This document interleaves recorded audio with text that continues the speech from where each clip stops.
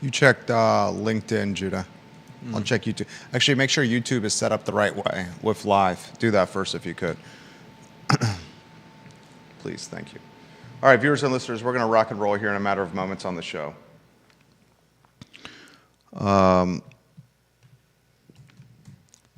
Take a look at the screen for today's headlines. We're slowly going live on my Facebook there, J-Dubs.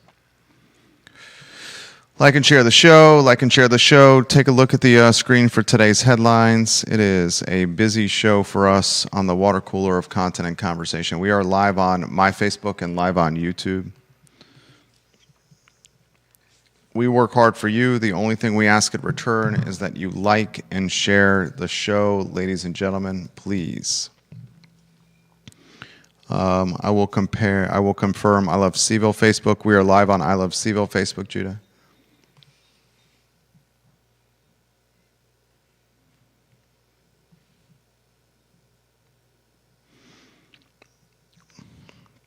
We'll leave with some props with Stanley Martin on today's show.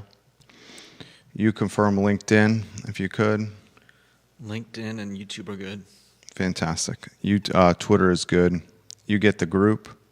Yep. Awesome. You're going to set the stage on the who, what, when, where, why of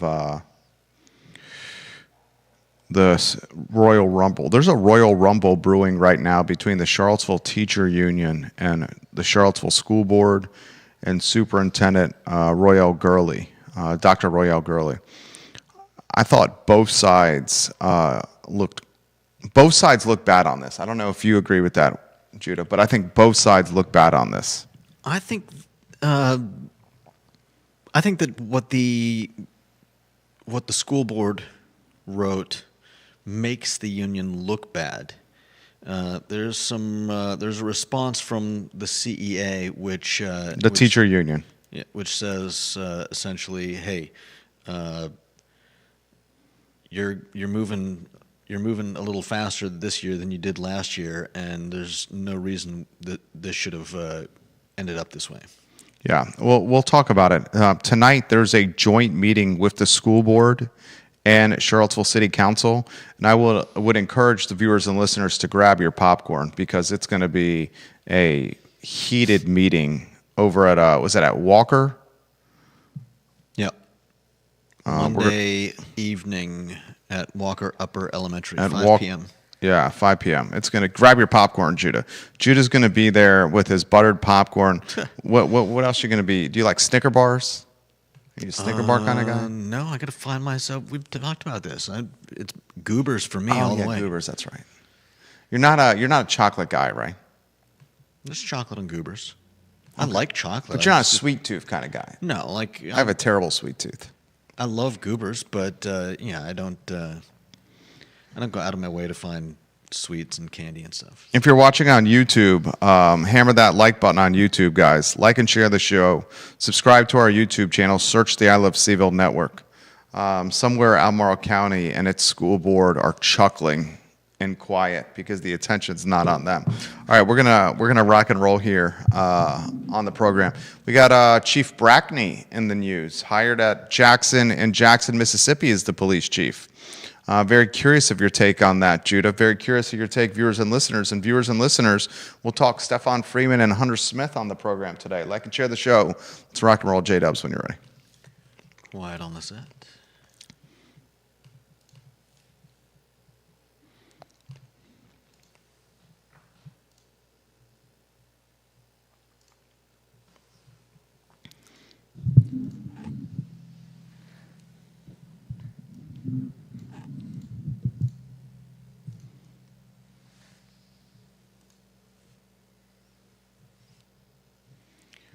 Welcome to the I Love CVille show, guys. My name is Jerry Miller, and thank you kindly for joining us on a Monday afternoon in downtown Charlottesville. It's an absolute pleasure to connect with you guys through our flagship show. A lot we're going to cover on the broadcast today, including a Royal Rumble on the horizon for tonight. The Charlottesville Teacher Union, the Charlottesville School Board, and Charlottesville Public Schools are smack dab in the middle of a wrestling rink. And on one side, you have Rey Mysterio and the Luchadores. You have Dwayne "The Rock" Johnson And in the opposite corner, you have John Cena, The Undertaker, and Hacksaw Jim Duggan.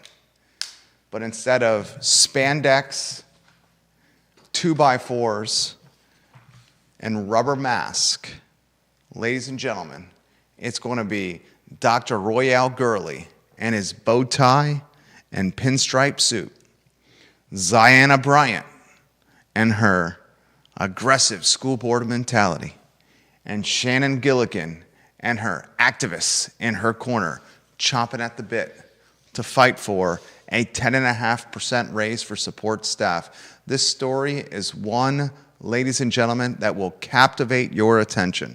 And we will highlight for you, the viewer and listener, on what is going on in a wrestling rink in a Royal Rumble of tremendous proportions. And once again, the old axiom, when elephants fight, it's the grass that suffers. It's certainly embodied today as support staff in Charlottesville Public Schools are the folks that are suffering in this particular circumstance. Walker Elementary, tonight, 5 o'clock, there's going to be a protest and activist movement the Charlottesville Teacher Union is leading in a nutshell, and we're going to unpack this story at every single angle on the program today. But in a nutshell, the Charlottesville Teacher Union, led by its president, Shannon Gilligan, missed a key deadline, and that missed key deadline may cost Charlottesville teaching support staff a 10.5% raise. Ladies and gentlemen, maybe some of you are asking, 10.5% raise, wow, who's getting those? Not just 10.5. It's 10.5 for the next 3 years, I Yeah. believe, which tells me something about what they're probably getting paid right now. Well, they're being paid peanuts. They're paying absolute dog due is what they're paid right now. And if you watch and listen to this program, and Judah's going to unpack it with us here, that's the voice you hear off screen. If you watch and listen to this show, we are all in favor of teachers, teacher aides, public school support staff getting paid a fair wage, a livable wage. If you watch and listen to this show, you know we believe teachers are heroes, and they are dramatically and vastly underpaid. The shenanigans, the fighting, the violence, the headwinds, the difficulty, the challenges that Charlottesville teachers, public school system here in the city in particular, have to go through. Few people professionally have to manage these kind of difficulties. They are vastly underpaid. Still, the teacher union, which is led by folks that frankly are not professional negotiators and do not seem to have much business sense, missed a key budgetary and negotiating deadline. And as a result, the school board and the Charlottesville public school system basically, disparaged the teacher union and said, because you couldn't keep up with the calendar, this 10.5% raise that we had negotiated and agreed upon is no more, and we're going to chop that raise down to about 3%. That topic on today's show. Also on the program, we're going to talk fired police chief Rashal Brackney, hired as police chief in Jackson, Mississippi. I broke that news over the weekend. I was tipped by 2 individuals. I will use neither of their names. They asked for anonymity. They passed on the information to me on Friday evening. 2 different individuals. Interestingly, they both live in the same neighborhood. I don't think they know each other, nor do I think they know they live in the same neighborhood, but they do. I got a tip on Friday about the Brackney news and the fact that she was hired in Jackson, Mississippi. And I posted it on the I Love CVille network. I highlighted her history in Charlottesville, including the fact that she was fired by former city manager Chip Boyles. One of the reasons Brackney was fired in Charlottesville is because she had lost the support of her police department. She had a vacancy rate of 25% plus within the department, and the men and women who are quitting the department were not just the old guard inherited by the police chief prior, Al Thomas, or the chief prior to that, Tim Longo. The men and women that were quitting were actually men and women that Brackney hired herself.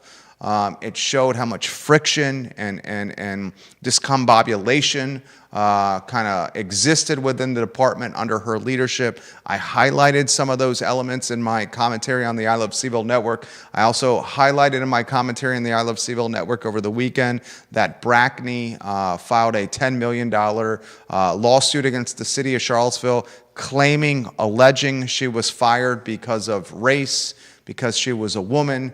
City of Charlottesville basically ignored her lawsuit despite the fact that Brackney hired an attorney from the late Johnny Cochran's law firm, and they pop and circumstanced a press release or a press event in front of the free speech wall, his three-piece suit, his fine Italian leather loafers, talking in a way for anyone that was in earshot to listen. City of Charlottesville basically ignored Brackney and the Johnny Cochran lawyer from the Cochran law firm, and the lawsuit eventually went away. And I've caught some heat from that from folks in this community, including former Mayor Nakia Walker. Had some commentary about yours truly on the program. Always fodder for content on the I Love CVille show, former Mayor Nakia Walker, and she continues to provide us ammunition on the I Love CVille show with her commentary on social media. We'll talk about that on the program today. We will also discuss Stefan Freeman and Hunter Smith. By now you may know, we talked about this for pretty much the entire show on Friday. Stefan Freeman is the restaurateur whose House of Cards has collapsed. Ace Biscuit and Barbecue, the locks have now been changed. Not just an eviction notice, but the locks have been changed. I also have received a couple dozen direct messages, text messages, emails from folks that are associated with the Stefan Freeman collapsed House of Cards. It is Hunter Smith, unfortunately, 2.0 all over again. Vendors who have not been paid, employees who are missing many rounds of paychecks, locks change, landlords behind on rent.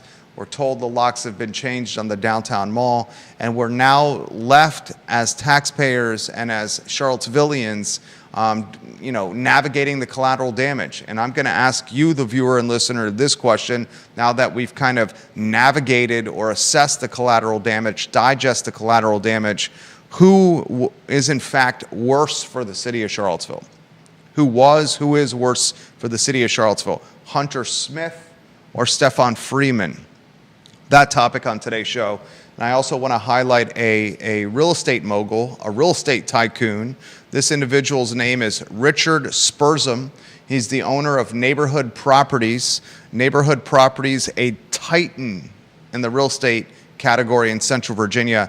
Neighborhood Properties, ladies and gentlemen, and its principal, Richard Spurzum, one of the 5 largest private real estate owners in Charlottesville and Albemarle County based on tax assessment. That pulling directly from Richard's website, neighborhoodprops.com. You can find it online again at neighborhoodprops.com on the About page. Spurzum's firm is a heavy hitter. I work in the real estate category. We help broker some deals. We help raise some capital. We own 24 doors ourselves. I've known of Richard Spurzum for nearly the 26 years I've been in this community. He's a University of Virginia graduate, bought his first property in 1980. He left some commentary on the I Love CVille network as it applies to the homeless shelter on Holiday Drive. Richard Spurzum says the city is entering a boondoggle of significant proportions with the 27,000 square foot Holiday Drive homeless shelter remodeling project. And the city, he believes, doesn't even know what kind of boondoggle they are entering. A financial quicksand, a financial black hole. That story on today's program. I do want to highlight one of the partners of our show, Stanley Martin Homes. Judah Wickower, proud to call Stanley Martin Homes a partner of the program. Stanley Martin Homes is dedicated to building homes that cater to each person's unique needs and lifestyle. Stanley Martin Homes, high quality single family homes, townhomes, condominiums, designed and constructed with innovative techniques that ensure exceptional efficiency and aesthetic appeal. Stanley Martin Homes, neighborhoods and houses in this community of note, of noteworthiness, and of significance. Stanley Martin Holmes. Judah Wickower, studio camera, please. And then a two-shot as we welcome a trusted voice in this community, the jack of all trades, the jack of all wits, a household name, and Judah B. Wickower. A missed deadline with the Charlottesville Teacher Union may cost support staff within Charlottesville Public Schools a 10.5% raise for years to come. And now this teacher union, who is led by President Shannon Gillikin, a kindergarten teacher, yes, the partner, the wife of Matthew Gillikin, who I believe is now monikered the most notorious activist in the region, since Ziana Bryant is now a politically elected official on the Charlottesville School Board. Here's the crazy thing is, this Royal Rumble has the former most notorious activist in Charlottesville history, Ziana Bryant, on the school board, now going toe-to-toe with the current most notorious activist in Charlottesville, Matthew Gillikin, and his wife, Shannon Gillikin. I will let you, if you could please, sir, set the stage for the viewers and listeners on how a missed deadline with the teacher union could cost low-wage employees within Charlottesville Public Schools the bottom of the totem pole financially or compensation-wise. Basically, any kind of opportunity to sniff or flirt with a living wage in this very expensive community to live within. Well, I don't know if the deadline is correct. If you find the CEA response. No acronyms. Okay, let's see. The Charlottesville Education Association. Education Association versus the Charlottesville City School Board. And so to start the whole thing off, you want me to explain, or do you want me to just get right into it? Okay. For the viewers and listeners' sake. The Charlottesville School Board has released a letter, not just released, sent it out to everyone, including on Friday night, including teachers and students and parents. It does not paint a good picture of the Charlottesville Education Association. It talks about the fact that they missed an opportunity to send back a ratified deal, and because they missed the deadline, the school board will be giving the support staff a raise of 3% instead of 10.5%. The 10.5% was supposed to go through each of the next 3 years, apparently to what I can guess is to get them to a sniffing a living wage locally. Yeah, getting close to that.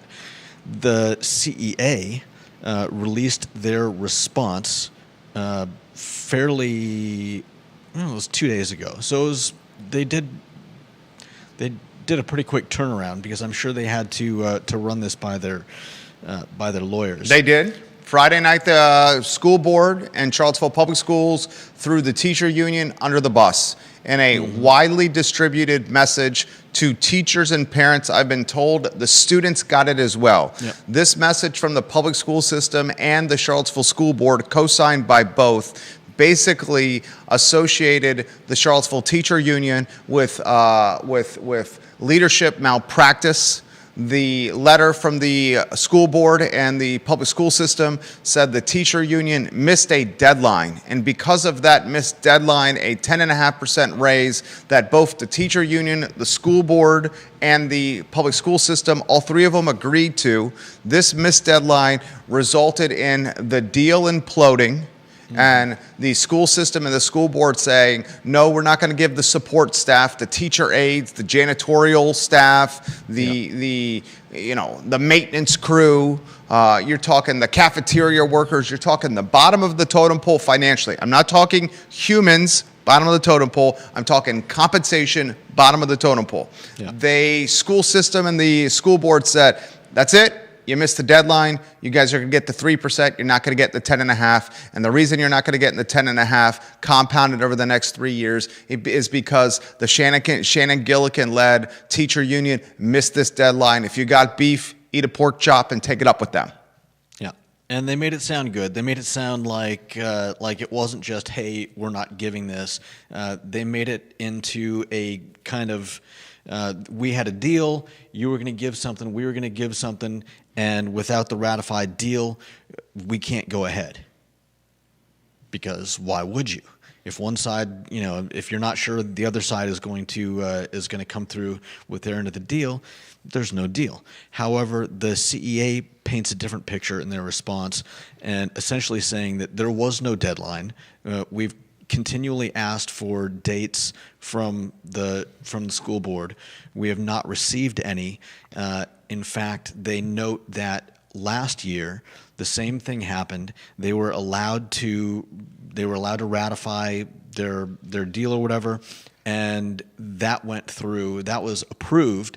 After the ratification was turned in on March 11th, the board approved it on March 27th. So the CEA is saying, we are very confused why the school is saying that there is a deadline this year, and they're going ahead with their decision without any kind of chance to respond. There's so much to unpack with this story, and a boiling point may be upon us. Tonight at 5 o'clock at Walker Elementary School, in a joint meeting with Charlottesville School Board members and Charlottesville City Councilors, a call to action from the teacher union for taxpayers, parents, students, and teacher union members to show up at this 5 o'clock joint meeting this evening at Walker Elementary to protest what the teacher union is calling union busting and anti-union rhetoric. Anti-union rhetoric, and an effort from school board and the public school system to try to splinter the teacher union for the sake of saving money at the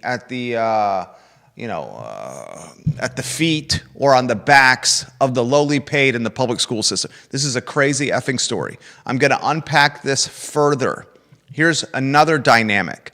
The teacher union and the activists that support the teacher union visibly and publicly endorsed Ziana Bryant as a school board candidate and pushed her to victory lane. Ziana Bryant, the most notorious activist in Charlottesville history, is now on the shores of Charlottesville School Board, in part because of the teacher union. Yeah. Now we are talking like 40 days on the job. It's February 9th. She started on the 1st of January. 40 days on the job. Those same people who pushed Ziana Bryant into victory lane are claiming, ladies and gentlemen, that Ziana Bryant is negotiating in bad faith and is a union buster and using crazy anti-union rhetoric. It sounds absolutely crazy. Okay, I want to take this a step further. I want viewers and listeners to use common sense here. The Charlottesville School Board members, the people you know, and I'm going to call up the Charlottesville School Board member website so I can rattle off names of school board members. The Emily Dooleys of the world, Judah. The Ziana Bryants of the world, Judah. Okay?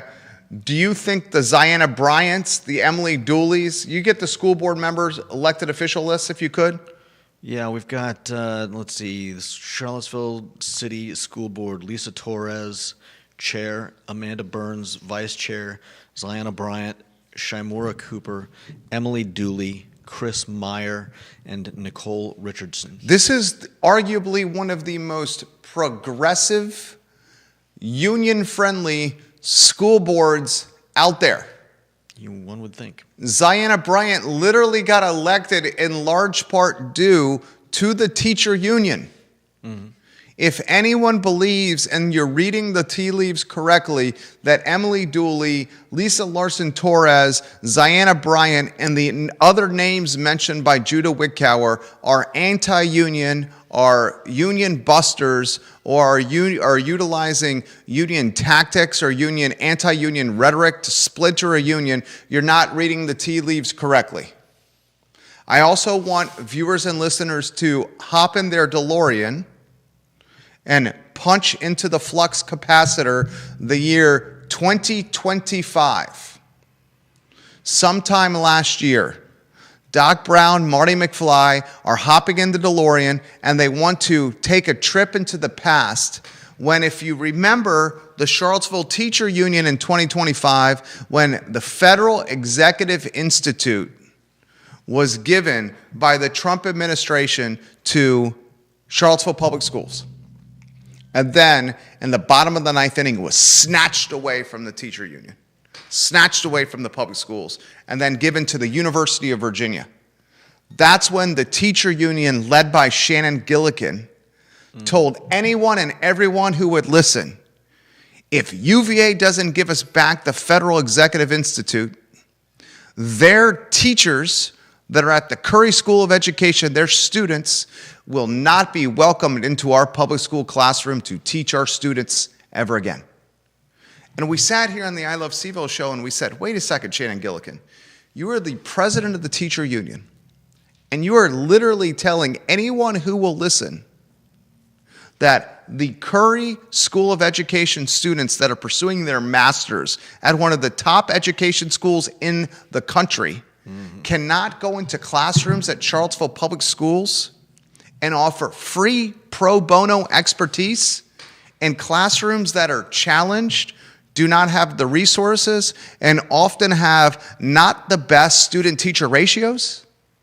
You are allowing, at the time, Shannon Gillikin of the teacher union, your judgment to be clouded because you were bitter that the Trump administration basically did a nana boo-boo with the Federal Executive Institute dangling in front of you as if you were a machine rabbit or a robotic carrot, and you were a greyhound chasing the rabbit or the carrot around a dog track in South Florida for a $35,000 first place purse. You never caught the machine rabbit. You never caught the robotic carrot. And as a result, you were bitter and angry, and you said, UVA, you give us back this property, shame on you, or your students won't be able to teach in our classrooms. And then parents in Charlottesville Public School System said, what? We want the 23-year-olds from the University of Virginia who are pursuing degrees at the most esteemed or one of the most esteemed educational institutions in America to come into our classrooms and teach our kids, because the student-teacher ratio in these schools sucks. And the resources in these schools suck as well. Please don't say no to free labor, Shannon and teacher union. And then when they realized the popular vote was against them, the teacher union went quiet and took a couple steps back, and that threat we all realized was empty. Now, not even a year later, we're realizing the teacher union missed a filing deadline. Potentially. And now, not even a year later, we are realizing the teacher union is scrambling right now to try to use public pressure at a joint meeting with council and the school board tonight at 5 o'clock to try to get public pressure to change the minds of elected officials. It's a wild story, and yet an indication of the wackadoo-ness or some kind of crazy Looney Tunes gas that emits from the earth, clouds people's judgment, and makes them think unclearly on the regular in this 10.2 square mile city. One other element I want you, the viewer and listener, to consider. I am all for, and you got lower thirds you should be rotating on screen here. There's 3 of them, Judah. I am all for, viewers and listeners, teachers being paid. Teachers are underpaid. Support staff are underpaid. Aides are underpaid. Janitors are underpaid. The cafeteria ladies are underpaid. bus drivers underpaid. Any people that are working in this school system are underpaid. The HUD median family household income for the Charlottesville metro area is $125,900, the last released number, and that metric is undoubtedly going to go upward when the next HUD number is released in a couple of months. They are underpaid. They all deserve more money. But ladies and gentlemen, viewers and listeners of all shapes and sizes, viewers and listeners of all ideologies, viewers and listeners of all levels of wealth, a 10.5% raise, 3 consecutive years of 10.5% raises for support staff, on top of additional perks that were outlined in this letter from the Charlottesville Education Association, including days off for mental recovery. Literally have mental recovery days in there. I don't have a mental recovery day as a business owner. I need a boatload of mental recovery days. I don't got any of those. A boatload of holidays, a boatload of paid time off, right? Who do you think is going to foot the bill for a 10.5% raise year over year over year compounded? Taxpayers. Last week on the show, I highlighted the headwinds that Charlottesville City is facing that no one is talking about but the I Love CVille show. Assessments tied to real estate are flat. Real estate in the city of Charlottesville specifically is not appreciating like it appreciated during COVID. Of course it's not. That was a bonanza. But real estate in the city of Charlottesville is not appreciating like it was prior to COVID. Flat assessments means less tax collection. Meals taxes, down. Sales taxes, down. Lodging taxes, to be determined. The month of January into February, any kind of tax collection in January and February, which are generally down months, are very much going to be down in 2026 because of this generational historical ice storm that we received. Furthermore, how deep did Charlottesville City go into its coffers with snow and ice remediation, cleanup, maintenance, and management? I can guarantee you on Charlottesville's bingo card, it did not have a once-in-a-historical snowstorm that it had to manage in 2026.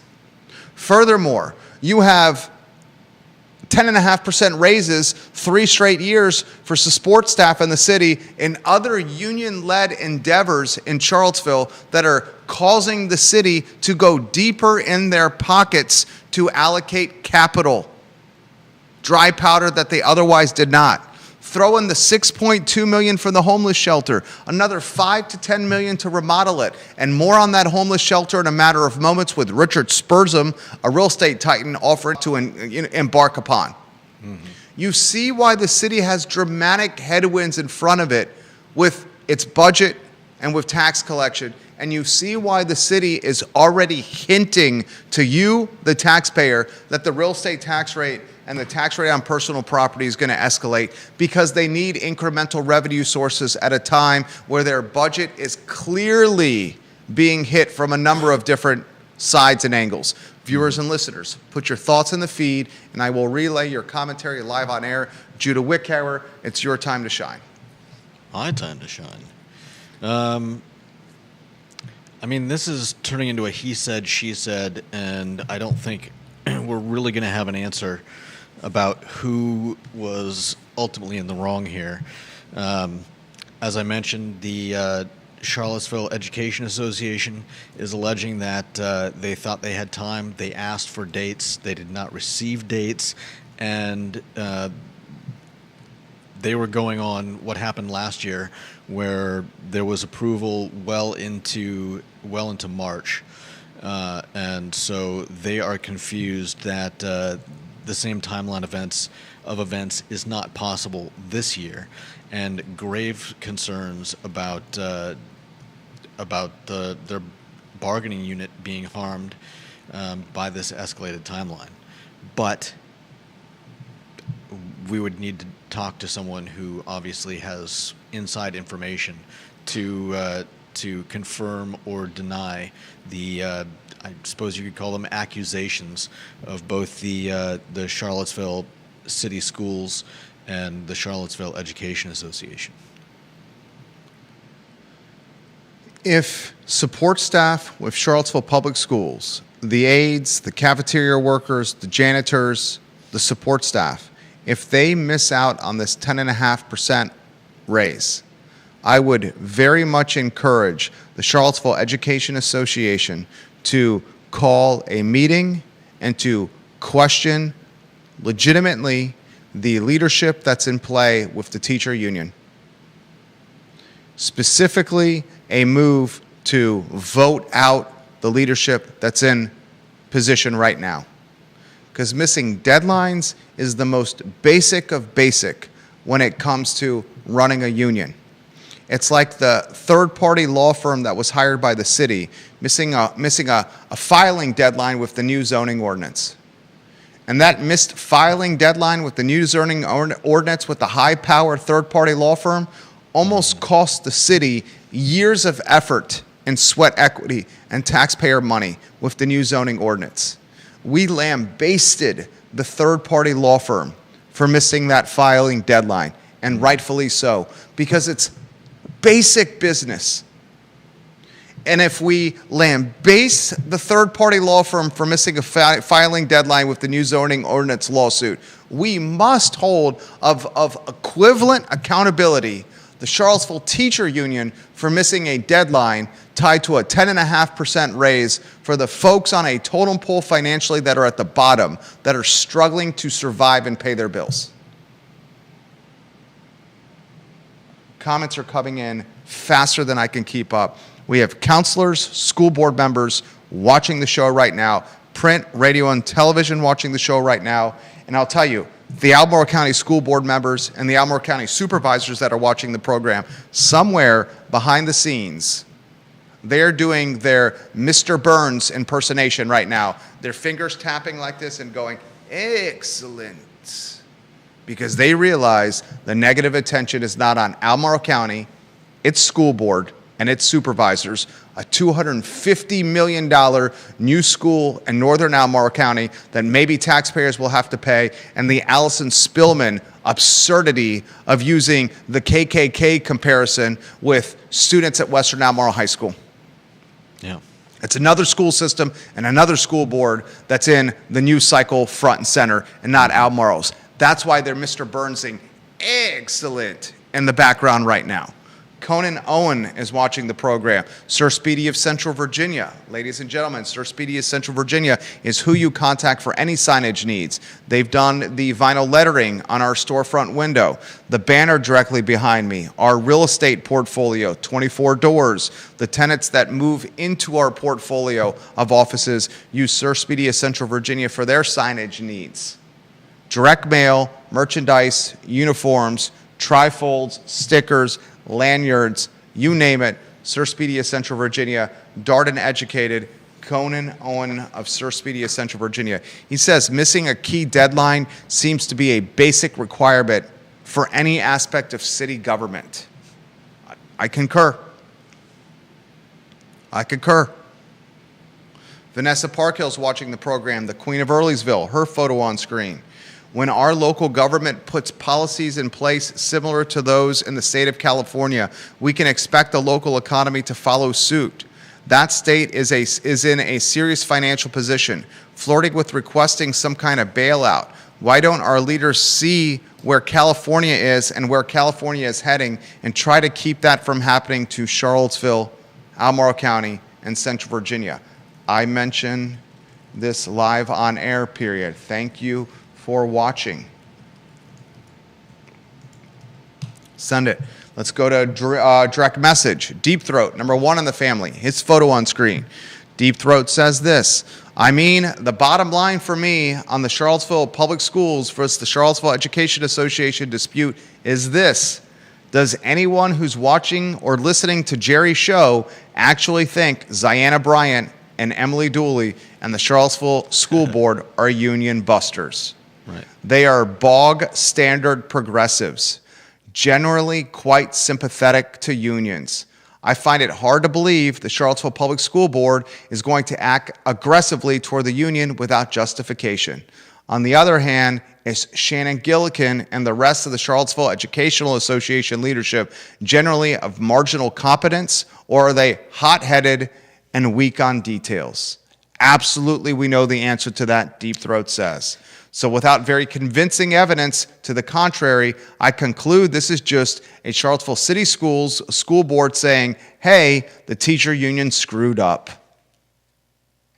That's what it looks like to me. And the wild thing is, in progressive Charlottesville in the year 2026, if you offer any commentary like I've offered right now of political elected officials and a school system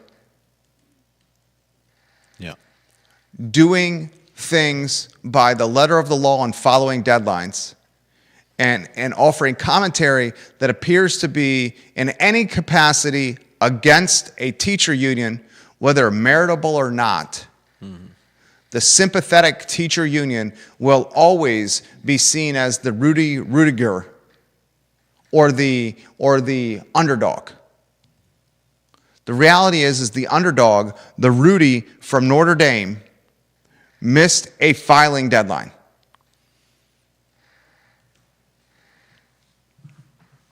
Comments coming in faster than I can keep up with. And the wild story here is the precarious position of a Ziana Bryant. A Ziana Bryant who goes from Charlottesville Public Schools, education, matriculation. A Ziana Bryant who was pushed in part into office, propelled in part into office on the school board by the teacher union. Now on the other side of the fence of the teacher union, holding the teacher union accountable.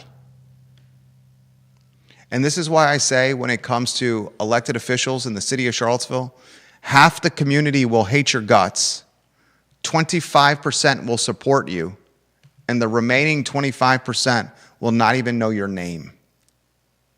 And you will do the work for peanuts. Absolute peanuts. Anything else you want to add to this before we take some other comments, Judah Wickower? No, it's crazy. I think we're just going to have to wait for more information to come out. Tonight at 5 o'clock, Walker Elementary. Boy, oh boy, you know we're going to be talking about that on the I Love CVille show tomorrow. There's going to be fireworks in the air. Grab your popcorn, ladies and gentlemen. It is going to be one of the fieriest joint school board city council sessions since when? Integration? I don't know. When is the last time we've had a fiery school board city council session, joint session, like what's going to happen tonight at 5 o'clock? I sincerely mean it. I doubt one of where accusations will be flying back and forth like this. Yeah. Is the last one of this kind of fire and grabbing your popcorn integration? I don't know. Unbelievable. We got Danville's finest, Travis Hackworth, watching the program. He goes, look, I'm a complete outsider, and from surface level, from following your show, the purpose of the teacher union is to look out for the interests of local staff and educators and to help negotiate when the situation calls for it. Part of the job is to be on top of things, and that includes meeting deadlines. There is no such thing as no deadline in a school system who budgets based on local government contributions and state allocations. The entire system is predicated on deadlines. It seems, at least from a surface level view, that someone seriously dropped the ball and or potentially did not try to gain some leverage by facilitating public outcry. Barbara Becker-Tilley watching the program, she goes, not only does it take the heat off of Albemarle County Public Schools and the Albemarle County School Board and its superintendent, but it certainly takes the heat off of the University of Virginia. And you know, I was going to lead with the Daily Progress today. The Daily Progress has 2 articles on its website that appear to be hit pieces against Scott Beardsley. Yeah. One of the articles on the Daily Progress website, this is an insane headline. An insane headline on the Daily Progress website. UVA faculty accuse Scott Beardsley of bribing students for their support. The Daily Progress, and it's David Velasquez, legitimately have found a professor from the UVA Professor Union. These damn unions. A UVA professor from the Union of UVA Professors talked on the record with a Daily Progress reporter saying that student council last week, when it supported President Scott Beardsley, was bribed by Beardsley, and it was quid pro quo, and that's why the student council supported the embattled President Scott Beardsley. Yep. Yeah, that's what they're saying. But the counter to that is that Beardsley is, I don't know, it's hard to tell, but has made several offers to the students' union, mostly to fund different programs. Obviously, none of the students are receiving any money. This is not that type of bribe, if it is a bribe. And ultimately, does it matter? I mean, from my perspective, do any of these people have any say in whether or not Beardsley stays as president? I don't think so.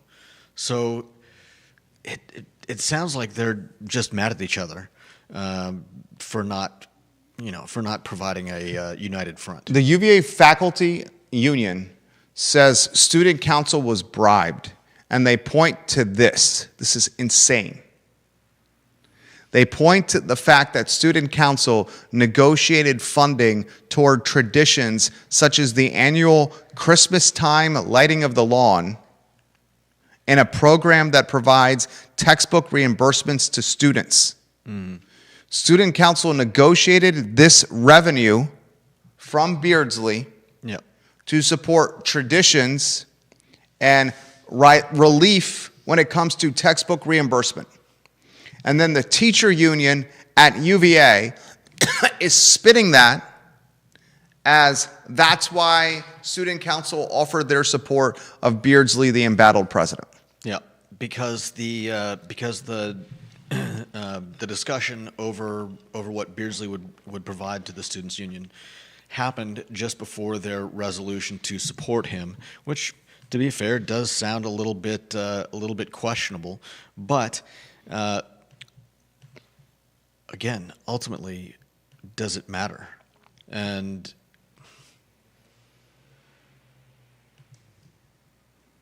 I don't know. It's a mess. And then there's the other article about Beardsley talking about how he is not as qualified as some people seem to think. The second article in the Daily Progress that you could find online at dailyprogress.com is written by a professor from the University of Maryland. The headline of this article is UVA President Scott Beardsley is less qualified than you think. It's written by Julie Park. She picks apart Scott Beardsley's CVille or his resume as if it was Thanksgiving turkey. Literally leaving Beardsley in its bone state with no white or dark meat left on the bone. His resume questions his PhD from Penn, highlights that it's an executive fast-track PhD, questions his publications. If you're an academic, it's up to you to publish research. And says the extent of his publications, the research that has his byline, is all tied to a publication with his former employer, McKinsey, and is far from legitimate, authentic, or of academic standard that meets the expectations of a president at the University of Virginia. And certainly not peer-reviewed. It's like we literally have a teacher union at Charlottesville Public Schools that is literally grasping at straws because of a missed deadline. Then we have a teacher union at the University of Virginia that is literally grasping at straws because student council supports the president. And now we have a progressive teacher from Maryland, the University of Maryland, that legitimately is picking apart his resume and his CV because she doesn't like that he's the president. Yeah. This is the 2026 we live in, ladies and gentlemen. And I'm going to take it a step forward further. Brackney, lower third on screen. Over the weekend, I was given some information by two individuals who I'm not going to utilize their name. These two individuals passed on to us that Dr. Rochelle Brackney was hired as the police chief in Jackson, Mississippi. This is the same Rochelle Brackney that was fired as police chief in Charlottesville, Virginia. Yeah. And I'm gonna relay to you Chip Boyles, former Charlottesville city manager, liking the I Love CVille network as we speak. Chip Boyles, I had a lot of respect for you, sir. I'm sure you're in a better place right now, although I thought you would have made a fantastic city manager. Chip Boyles, we should get you back on the show. Literally giving props to the I Love CVille network right now. This is what I wrote 24 hours ago. I'm going to read it verbatim. Are you ready? Fired Charlottesville, Virginia Chief of Police Dr. Rochelle Brackney was hired as Jackson, Mississippi's police chief on Friday. Brackney was the first black woman to serve as Charlottesville's chief of police when she was hired in June of 2018. However, her time as CVille's top cop ended with dishonored days, culminating with a pink slip from former Charlottesville city manager Chip Boyles in September 2021. Chip Boyles just liked the show. In June 2022, Brackney filed a $10 million lawsuit against the city of Charlottesville, its city councilors, several city staff members, and the head of the police union. Brackney claimed her firing was motivated by racial and gender discrimination. Her case was dismissed less than 8 months later, with Charlottesville basically ignoring her claims. That's what I wrote. Everything that I wrote in that post, every single thing I wrote in that post was fact-based. She was fired. Her last days on the job were dishonored. That's what led to her firing. She had a $10 million lawsuit against the city, its city councilors, city staff, the head of the police union. Charlottesville City, for the most part, ignored that $10 million lawsuit. Didn't even acknowledge it with a mention to the media. 8 months later, the lawsuit was dismissed. Everything I wrote was fact. Everything. Nakia Walker, former Charlottesville mayor, responds to my commentary. She can't help herself, Nakia Walker. She can't help herself. Nakia Walker, the former Charlottesville mayor, responds to my commentary by calling me a racist. Someone who proclaims to love CVille is a racist, and then writes a bunch of mumbo-jumbo about it. Highlights that in her posts that we have influence and power. Highlights that we have notoriety and a boatload of people backing us in our corner, but calls us a racist.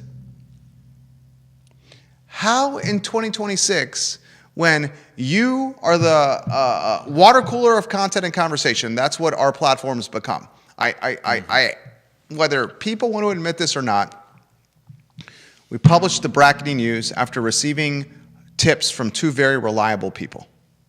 Not like it was actually a surprise. We've talked before about the fact that she was one of 4 finalists for the job in Jackson, Mississippi. So, No. When we talked about her being a finalist for a job, it was at a different city. It was not Jackson, Mississippi. Was that? It was somewhere else that she was a finalist from her job, and she did not get it. When the police chief who is fired from Charlottesville because of a vacancy rate with her police department that exceeded 25%. More than 1 in 4 positions in Charlottesville's police department was vacant because rank and file police officers refused to work for her. Right. If you remember, when Chief Conscious took over for Rochelle Brackney as police chief, we had murders and crime all over Charlottesville. Does everyone remember what it was like when Mike Kochis took the job?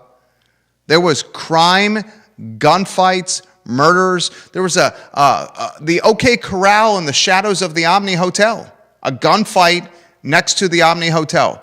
There was a murder inside Lucky Blues, the restaurant on the downtown mall. Do you guys remember this? There was a murder in Fifeville for a very beloved former Charlottesville high school basketball standout who was part of the nonprofit that was responsible for diffusing crime and violence.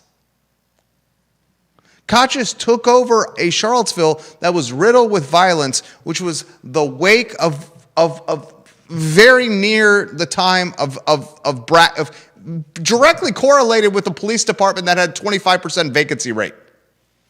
He's since rehabilitated the image of the police department and filled those vacancies. Everything I said was fact. But in 2026, you can speak factually and still have the former mayor hurl the worst kind of insults at you.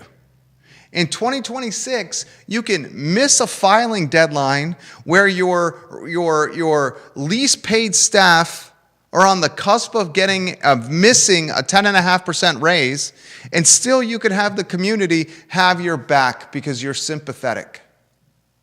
In 2026, you can go to the local media, the Daily Progress, an angry, bitter professor, and say student council was bribed by the president, and they will publish that article.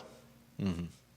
In 2026, the local newspaper will find a extremely left-leaning, anti-corporate, anti-business professor in College Park, Maryland, and give her an opportunity to publish commentary in a newspaper 5 or 6 hours away.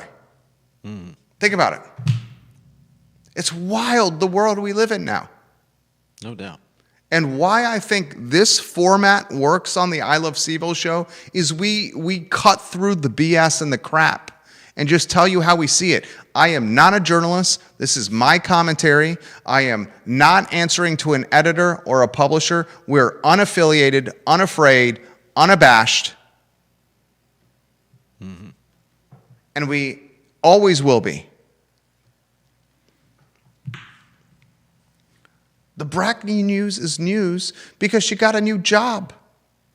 And asking the question, are you surprised she got a new job after how the job in Charlottesville ended, is a fair question.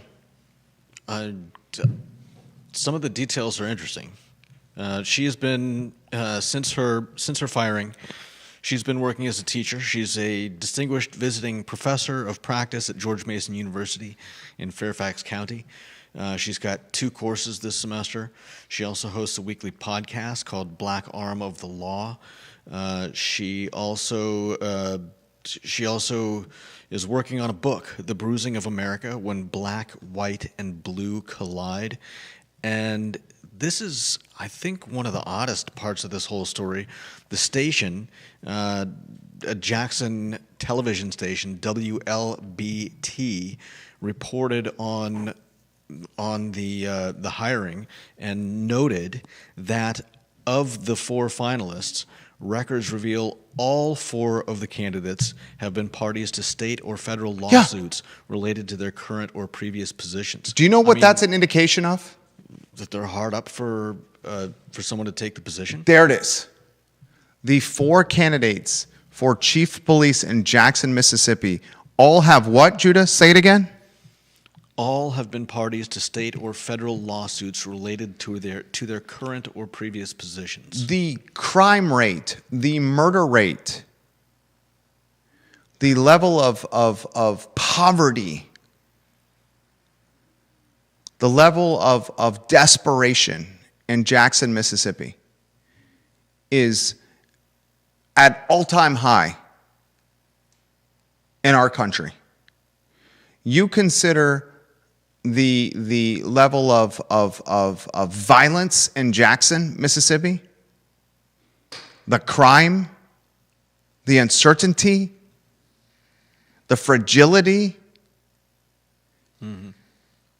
in Jackson, Mississippi, and you will find a hard time finding another jurisdiction in the United States of America that is comparable. That's a sociology and anthropologist question. Probably could just look at some basic metrics online, crime rates. No doubt. When your 4 candidates for your police chief all have serious red flags on their professional CV, it shows you how narrow or short the list is for people wanting to be the top cop in that city. No doubt. And everything I just said is fact. And still the former mayor of Charlottesville, Virginia, hurls nasty insults our way. I don't know if she could do anything else. What does that mean? She's no longer in a position of power, and we all know her view on Charlottesville and its inhabitants. She even wrote a poem about it once. Comparing Charlottesville to rape and male fluids on sheets next to the rape. That drove New York Times coverage. And you know what? Nakia Walker, I wish you nothing but the best. No doubt. Nothing but the best for you, Nakia Walker.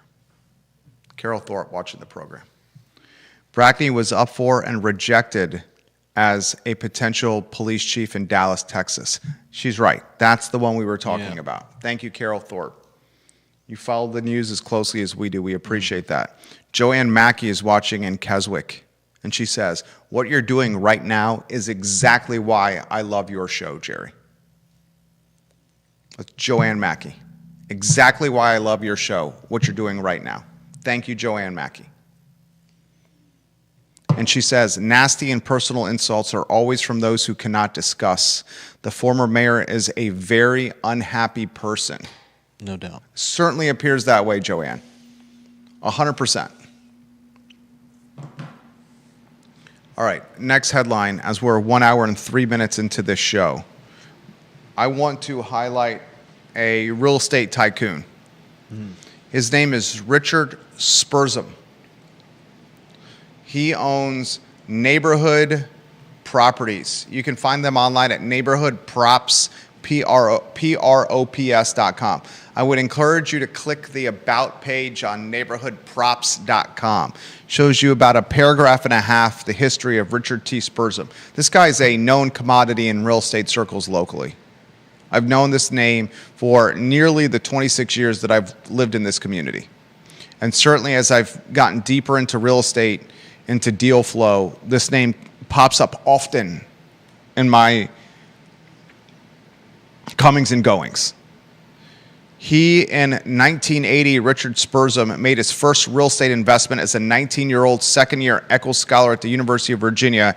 He partnered with Blake Caravati, the future Charlottesville mayor, in purchasing a home in Belmont for $15,300 on Douglas Avenue. They put $2,800 cash down. The rest was seller finance. This house on Douglas Avenue, they renovated the house into 2 apartments. A few months later, Richard Spurzum, did the deal himself solo in a seller finance capacity. He calls it rinse and repeat, which is almost a cliche in real estate investing circles. You have the BRRRR, the buy, remodel, refinance, repeat, the BRRRR strategy. Buy, remodel, refinance, repeat. That's how people build wealth. You buy something that's dumpy, you remodel it because you have some kind of market advantage. For example, we have a fantastically talented Hispanic crew that works for our 24 properties that does remodeling. We keep them busy. They're able to do stuff for us that, frankly speaking, if someone was going to get done for their house or their investment property, it'd probably be 2.5 to 3 times the cost. It's because we keep them busy. We pay on time, immediately, when the job is over. We literally hand them a check when the last nail is driven or the last paintbrush is stroked, that day. Spurzum, according to his About page, and I guarantee you he has vertically integrated efficiencies that I do not have, guaranteed. He says on his About page that he is one of the 5 largest private real estate owners in Charlottesville and Albemarle based on tax assessments, and that his firm, Neighborhood Properties, continues to buy and renovate properties. You go to his portfolio page, and goodness gracious, you have so many listings here on his portfolio page. And these are just the ones that are active for rent. 61 that are active for rent right now. I can't even imagine the total that he has. That's 61 active for rent on Neighborhood Properties. He leaves this message on the I Love CVille network about the homeless shelter, the 27,000 square foot building on Holiday Drive that the city purchased for $6.2 million to build 200 beds for the homeless. Now that $6.2 million and 200 beds for the homeless, the city is telling us as taxpayers, we're going to need an additional $5 million minimum. The 200 beds is 85 to 115 and not 200, and we won't bring this to market for 24 to 36 months at the earliest. Richard Spurzum says to me on the I Love CVille network, in the end, the city will figure out, but the city will never admit it, that it is cheaper to build a new homeless shelter from scratch than to try to retrofit an office building. They could have simply bought the vacant land next door to this building, but the city just did this as window dressing because they had to be seen as doing something quickly to address the homeless problem. But like UVA's affordable housing initiative that was announced to great fanfare 6 years ago, it will be a long time, if ever, before people are actually sleeping in either affordable apartments or shelter beds. This is a dude that has been in this game that we call real estate for 46 effing years, basically saying the city is in a financial boondoggle, and the people that are going to be counted upon to pull the city out of this money pit, this quicksand of despair, is us as taxpayers.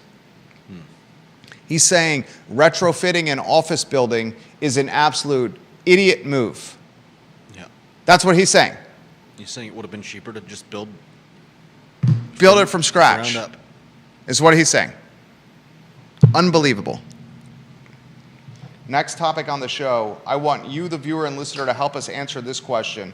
We're going to talk about it this week on the I Love CVille show as my email and my DMs continue to get peppered with vendors and staffers and waiters and kitchen and back of the house employees tied to Stefan Friedman. During this show alone, I've gotten 3 direct messages from 3 different people. I want to have this question on the show this week. Who has been more damaging for the city of Charlottesville? Stefan Friedman or Hunter Smith? Hunter Smith or Stefan Friedman? Who has been more damning or damaging for the city of Charlottesville? That topic this week on the I Love CVille show. Interesting. Very curious of your take on this, viewers and listeners. Very curious of your take on this, Judah Wickower. Now, Judah, I'd like to highlight Charlottesville Sanitary Supply. In business for 62 years, Charlottesville Sanitary Supply. Online at charlottesvillesanitarysupply.com, where they offer free delivery, usually the same day. All the stuff that you can find in the big box stores, Charlottesville Sanitary Supply has for often a better price and free delivery. And consider their swimming pool company, Charlottesville Swimming Pool Company, for anything swimming pool related, the construction of pools, the cleaning of pools, the remodeling of pools, pool covers, pool robots, water testing. Charlottesville Swimming Pool Company, online at charlottesvilleswimmingpoolcompany.com. I want the 3 most important minutes of news, Judah. Can we one-shot me? And I'll stopwatch. Lower third on screen, and tell me when you're ready to rock and roll. You're up. All right. These are the 3 most important minutes of news on Monday, February 9th in Charlottesville, Albemarle, and across Central Virginia and the Commonwealth of Virginia. Ladies and gentlemen, the Charlottesville Public School System and the Charlottesville Education Association are in a royal rumble of epic proportions. And this brouhaha centers on a missed deadline. Here's what's at risk: a 10.5% raise for rank and file employees within the public school system. The Charlottesville School Board and the Charlottesville Superintendent's Office have said the teacher union missed a key deadline, and as a result, rank and file employees will not get a 10.5% raise. They will get a 3% raise instead. Now the teacher union is desperate to recover the agreed upon 10.5% bump. Tonight at 5 o'clock at Walker Elementary, the teacher union is begging taxpayers, parents, students, and teacher union members alike to show up before a school board, city council joint meeting to try and tar and feather, bully, intimidate school board members, city councilors, and the superintendent into giving them the 10.5% bump that they negotiated. This missed deadline could cost rank and file the type of compensation they need to get to just basic living wage standards. The next headline I want to bring to your attention is fired police chief Rachel Brackney, now hired as the chief of police in Jackson, Mississippi. This is the same chief of police that was fired in the city of Charlottesville by Chip Boyles, the former city manager. She lost Brackney the confidence and support of the police department in CVille. More than 25% of the department, ladies and gentlemen, quit. 25% plus of the department was vacant. Now she's hired in Jackson, Mississippi, where, frankly, it's one of the most dangerous cities in America. The poverty, the crime, the murder rate, the violence, off the charts. Brackney, we tip our cap to you and your new job in Jackson, Mississippi. I want to highlight also on the 3 most important minutes of news, neighborhood properties owner Richard Spurzum, who discusses the 27,000 square foot homeless shelter on Holiday Drive with the I Love CVille network. He says that this was a boondoggle, tremendous mistake by City of Charlottesville, spending $6.2 million on this Holiday Drive property. He says when the final bill comes in and this 27,000 square foot remodeling project is finished, the city's going to realize it should have just built something from scratch than retrofitting an office building. And he says it's us as taxpayers that are going to foot the bill and feel the true pain of this desperate move from Charlottesville. That's Richard Spurzum's words of neighborhood properties. And the final topic that we're going to be talking about all week long on the I Love CVille show is a comparison of Hunter Smith and Stefan Freeman. And we're going to ask the question, who is worse for the city of Charlottesville, Hunter Smith or Stefan Freeman? That's the 3 most important minutes of news. I'm Jerry Miller on Monday, February 9th from our studio in downtown Charlottesville.